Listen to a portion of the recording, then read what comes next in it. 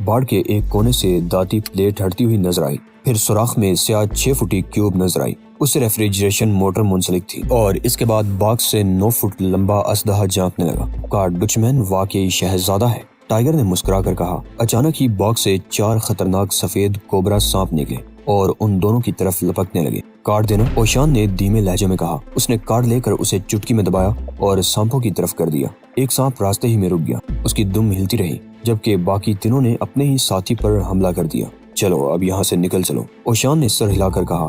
مسئلہ یہ ہے کہ ہر مشکل کام میرے ہی حصے میں آتا ہے، ٹائیگر نے شکایت آمیز لہجے میں کہا۔ ساتھ ہی ادھر ادھر دیکھا۔ وہ جس بانس کے سہارے غوطہ لگا کر ادھر آیا تھا وہ بانس دوسری طرف پڑا ہوا تھا۔ آس پاس ٹرکوں کے علاوہ اور ایسی کوئی چیز نہیں تھی جس کو ہلایا جا سکے۔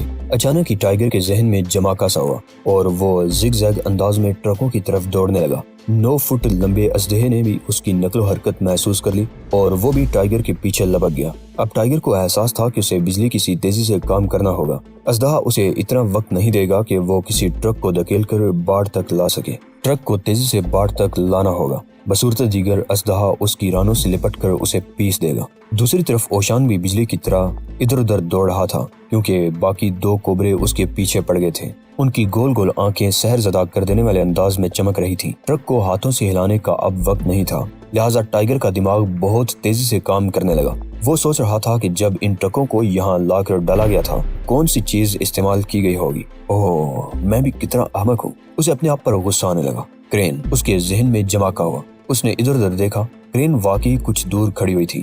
وہ پل بھر میں کرین تک پہنچ کر اندر گھس گیا۔ اس نے تھروٹل استعمال کیا اور عظیم الجثہ مشین 1 انچ آگے کھسکنے لگی۔ وہ سامنے اوشان کو دیکھ رہا تھا جس کو اب سفید سانپوں نے گھیر لیا تھا۔ اوشان کی پشت پر باڑ تھی جس میں برقی رو دوڑ رہی تھی۔ ٹائیگر نے اسی دوران کرین کے کنٹرول سسٹم کا بھی جائزہ لیا۔ دائیں ہاتھ پر کرین کی نقل و حرکت کا نظام تھا۔ اس نے لیور دبائی تو باری کرین کا ٹاور نیچے اوپر ہونے لگا۔ اس نے مشین کی رفتار بڑھا دی اور زیادہ تیزی سے باڑ کی سمت میں بڑھانے لگا، لیکن پھر اچانک ہی باڑ اور اس کی نظروں کے سامنے کوئی چیز حائل ہو گئی۔ اسلحہ ونڈ سکرین پر پہنچ گیا تھا۔ اس کا خوفناک منہ ٹائیگر ہی کو تلاش کر رہا تھا۔ ٹائیگر نے اسلحے کو ہلاک کرنے کی خواہش پر بمشکل قابو پایا۔ اسے احساس تھا کہ اس لڑائی کے نتیجے میں تاخیر ہو جائے گی اور اوشان کو جلد از جلد باڑ کے قریب سے کرین کے ذریعے اٹھانے کی ضرورت تھی۔ اوشان سانپوں سے ابھی تک محض اپنی پھرتی کے باعث بچ رہا تھا۔ ایک خطرہ یہ تھا کہ ٹائیگر کو کچھ نظر نہ آنے کے باعث کرین باڑ سے ٹکرا جائے اور پھر الیکٹرک چارج کے باعث جو دھماکہ ہوگا اس سے کرین ہی نہیں خود ٹائیگر بھی تباہ ہو جائے گا۔ جب مجھے رکنا ہو تو آواز دینا، اس نے چلا کر کہا اور سپیڈ بڑھا دی۔ اب وہ ٹاور کو اوپر اٹھا رہا تھا۔ اس کی زنجیر بری طرح ہل رہی تھی۔ اگرچہ وہ دیکھ نہیں پا رہا تھا لیکن اسے یقین تھا کہ کرین کا ہک اوشان کے سر کے اوپر کہیں معلق ہوگا۔ اور قریب، ٹائیگر نے چلا کر پوچھا، لیکن اسے کوئی جواب نہ ملا۔ مشین آگے بڑھتی رہی اور پھر اسلحے نے کیبن میں گھس کر ٹائیگر کی ٹانگوں کو جکڑ لیا۔ ہالٹ! ٹائیگر نے اوشان کی آواز سنی اور پوری قوت سے تھروٹل بند کر دیا۔ اس وقت اسلحہ زوردار آواز نکالتا ہوا اس کی ٹانگوں سے رانوں تک کا حصہ جکڑ چکا تھا۔ اس کی خوفناک آنکھیں چمک رہی تھیں۔ اوشان فضا میں بلند ہوا، کرین کے ہک تک پہنچا اور اسی لمحے سانپوں نے اس جگہ حملہ کر دیا جہاں چند لمحے قبل اوشان موجود تھا، لیکن سانپوں کو اندازے کی غلطی ہو گئی۔ اوشان انہیں جان بوجھ کر باڑ کے بہت قریب لے گیا، لہٰذا ان کے پھن تاروں پر لگے اور ان کے جسم ریبن کی طرح لہرانے لگے۔ ان کی آنکھیں دودھ کی طرح سفید ہونے لگی اور سفید جسم پل بھر میں کالے ہو گئے، لیکن وہ تاروں سے الگ نہ ہوئے۔ اسے باڑ کے اوپر لے جاؤ، اوشان نے حکم دیا۔ باڑ 40 فٹ بلند تھی۔ اوپر ٹائیگر کا پورا جسم پسینے میں گیلا ہو چکا تھا۔